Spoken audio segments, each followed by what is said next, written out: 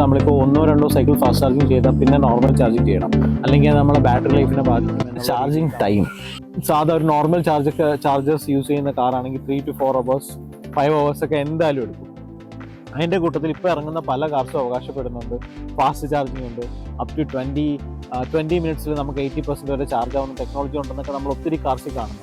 പക്ഷെ ഞാൻ ഈ പല ഫ്രണ്ട്സിൻ്റെ അടുക്കുകയും ബാക്കിയുള്ളവർക്ക് ചോദിക്കുമ്പം നമുക്ക് അറിയാൻ പറ്റുന്ന ഒരു കാര്യം എന്താണെന്ന് വെച്ചാൽ, ഇത് ആക്ച്വലി അവർ പറയുന്ന അമ്മാതിരി പവർ ഔട്ട്പുട്ട് ഉള്ള സ്ഥലത്ത് നിന്ന് മാത്രമേ ഈ സാധനം നടക്കുകയുള്ളൂ, ഈ പറയുന്ന ഒരു ചാർജ് ചെയ്യാൻ പറ്റത്തുള്ളൂ. അപ്പം നമുക്ക് നോർമലി കാണുന്ന ഔട്ട്ലെറ്റ്സിലൊന്നും ഇത്രയും പവർ സപ്പോർട്ട് ചെയ്യുന്നില്ല. അപ്പം നമ്മളെ കാർ ആക്ച്വലി അത് സപ്പോർട്ട് ചെയ്യുന്നുണ്ടെങ്കിലും ആ ഔട്ട്ലെറ്റിൽ അത്രയും പവർ ഔട്ട് കൊടുക്കാൻ പറ്റത്തില്ലായിരിക്കും. അപ്പോൾ ഒബ്വിയസ്ലി ഈ 20 മിനിറ്റ്സിലൊന്നും നമുക്ക് ഒരിക്കലും ഇത് ചാർജ് ചെയ്ത് തീർക്കാൻ പറ്റുന്ന ഒരു സംഭവം കാണത്തില്ല. പിന്നെ മറ്റൊരു കാര്യം എന്താണെന്ന് വെച്ചാൽ, ഇപ്പോൾ ഫാസ്റ്റ് ചാർജിങ് സപ്പോർട്ട് ചെയ്യുന്ന കാർസിൽ പോലും കമ്പനി അഡ്വൈസ് ചെയ്യണത് എന്താ വെച്ചാൽ, നമ്മളിപ്പോൾ ഒന്നോ രണ്ടോ സൈക്കിൾ ഫാസ്റ്റ് ചാർജിങ് ചെയ്താൽ പിന്നെ നോർമൽ ചാർജിങ് ചെയ്യണം, അല്ലെങ്കിൽ നമ്മളെ ബാറ്ററി ലൈഫിനെ ബാധിക്കും എന്നുള്ള രീതിയിൽ കമ്പനിക്കാർ തന്നെ പറയുന്നുണ്ട്. നമ്മളിപ്പം ഒരേ സെയിം കാറിൻ്റെ സെയിം സെഗ്മെൻറ്റ് കഴിഞ്ഞാൽ അതിൻ്റെ പെട്രോൾ വേരിയൻറ്റും അതിൻ്റെ ഇലക്ട്രിക് വേരിയൻറ്റും കമ്പയർ ചെയ്യുമ്പോൾ പെട്രോൾ വേരിയൻറ്റിനെ കാട്ടി ഇലക്ട്രിക് വേരിയൻറ്റ് അപ് ഫ്രണ്ട് 2-3 ലക്ഷം രൂപ കൂടുതലാണ് സ്റ്റാർട്ടിംഗ് പ്രൈസ്.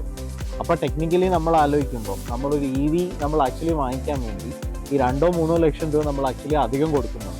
അപ്പോൾ ആ പൈസ ഉണ്ടെങ്കിൽ ആക്ച്വലി നമുക്ക് ടെക്നിക്കലി ഒരു conventional car, same model conventional car എടുത്തിട്ട് നമുക്ക് ആക്ച്വലി പെട്രോൾ അടിച്ചാൽ മതിയാവും.